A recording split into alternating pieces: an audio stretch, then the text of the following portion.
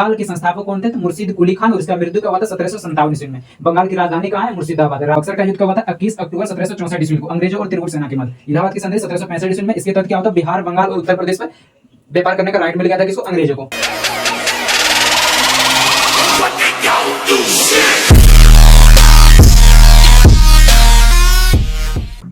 चलिए, तो आज हम लोग देखते हैं बंगाल के बारे में। सबसे पहले देखते हैं कि बंगाल के जो संस्थापक थे उनका नाम क्या था। तो बंगाल का जो संस्थापक था उसका नाम क्या था? मुर्शिद कुली खान। बंगाल के संस्थापक का नाम क्या था? मुर्शिद कुली खान। और इसी से एक इंपॉर्टेंट सवाल पूछ देता है कि मुर्शिद कुली खान की मृत्यु कब हुआ था। तो मुर्शिद कुली खान की मृत्यु कब हुआ था?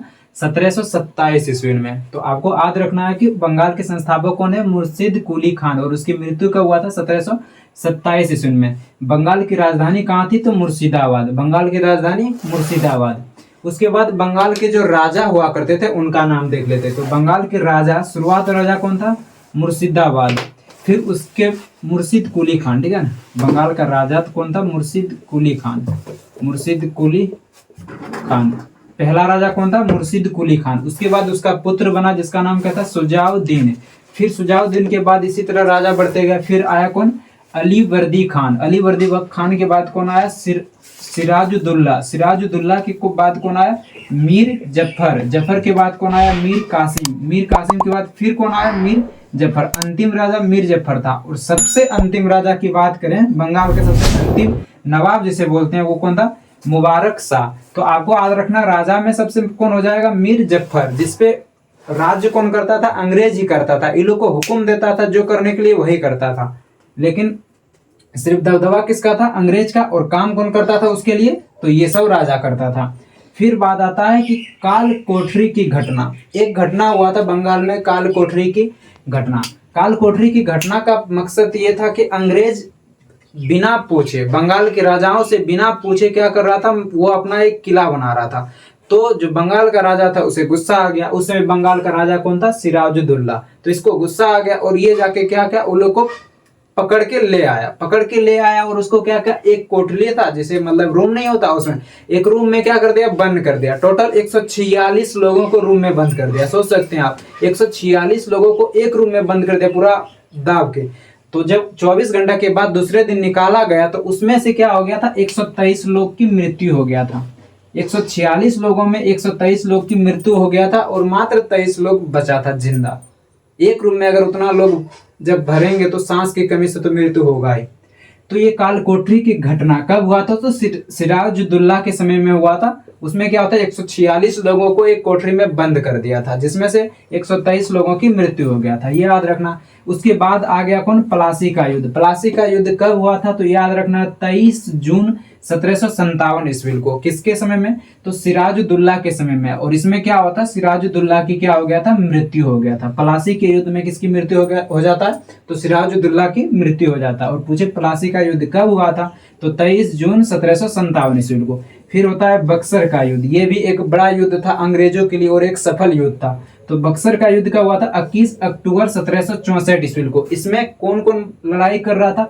तो बक्सर के युद्ध में अंग्रेज और कौन? त्रिगुट सेना। त्रिगुट सेना में 3 सेना शामिल था। तो वो सब मिलकर क्या कर रहा था? लड़ाई कर रहा था। त्रिगुट सेना में कौन 3 सेना शामिल था? तो इसको आप कमेंट करके बताना है कि ये तीनों सेना कौन कौन था। अंग्रेज का जो मुख्य सेनापति था उस समय बक्सर के युद्ध के समय, तो वो कौन था? हेक्टर मुंद्रे। तो आपको ये याद रखना है कि बक्सर युद्ध के समय अंग्रेज का मुख्य सेनापति कौन था? तो हेक्टर मुंद्रे। फिर उसके बाद आ जाता है इलाहाबाद की संधि। इलाहाबाद की संधि के बाद क्या हुआ था? तो इलाहाबाद की संधि का हुआ था 1765 ईस्वी में। किसके किसके साथ हुआ था? तो बक्सर के युद्ध के बाद इलाहाबाद की संधि हुआ था 1765 ईस्वी में, अंग्रेज और बंगाल के राजाओं के मध्य। तो इसमें क्या हो गया था? तो अंग्रेजों को राइट मिल गया था किस पे? बिहार, बंगाल और उत्तर प्रदेश पे अपना व्यापार करने का। और जैसे ही व्यापार करने का राइट मिल गया तो अंग्रेजों को अपना पैर फैलाने का अवसर मिल गया और धीरे धीरे क्या करने लगा? यहाँ पे अंग्रेजों ने कब्जा करना स्टार्ट कर दिया। उसके बाद क्या हुआ? भारत में द्वैत शासक स्टार्ट हो गया। द्वैत शासक स्टार्ट हुआ था इसके बाद ही, इलाहाबाद की संधि के बाद ही भारत में द्वैत शासक स्टार्ट हो गया था। फिर भारत में द्वैत शासक का जनक किसे कहते हैं? तो लॉर्ड क्लाइव को कहते हैं। Lord Clive. भारत में द्वैत शासक का जनक किसे कहते हैं? लॉर्ड क्लाइव को। बंगाल का अंतिम नवाब कौन था? तो मुबारक शाह। ये याद रखना है, बंगाल का अंतिम नवाब कौन था? मुबारक शाह। और एक क्विक में बात करें कि सबसे ज्यादा इंपॉर्टेंट जो है उसको देख लेते हैं। तो आपको एक याद रखना है कि बंगाल के संस्थापक कौन थे, तो मुर्शिद कुली खान, और इसका मृत्यु कब हुआ था 1757 ईस्वी में। बंगाल की राजधानी कहाँ है, मुर्शिदाबाद। राजा आप नहीं भी याद रखेंगे तो चल जाएगा। कालकोठरी की घटना कब क्या हुआ था, तो कालकोठरी की घटना एक लाइन में याद रखना, उसमें 146 लोगों को बंद कर दिया था, जिसमें से 123 लोग की मृत्यु हो गया था। प्लासी का युद्ध याद रखना कब हुआ है, तो 23 जून 1757 ईस्वी में।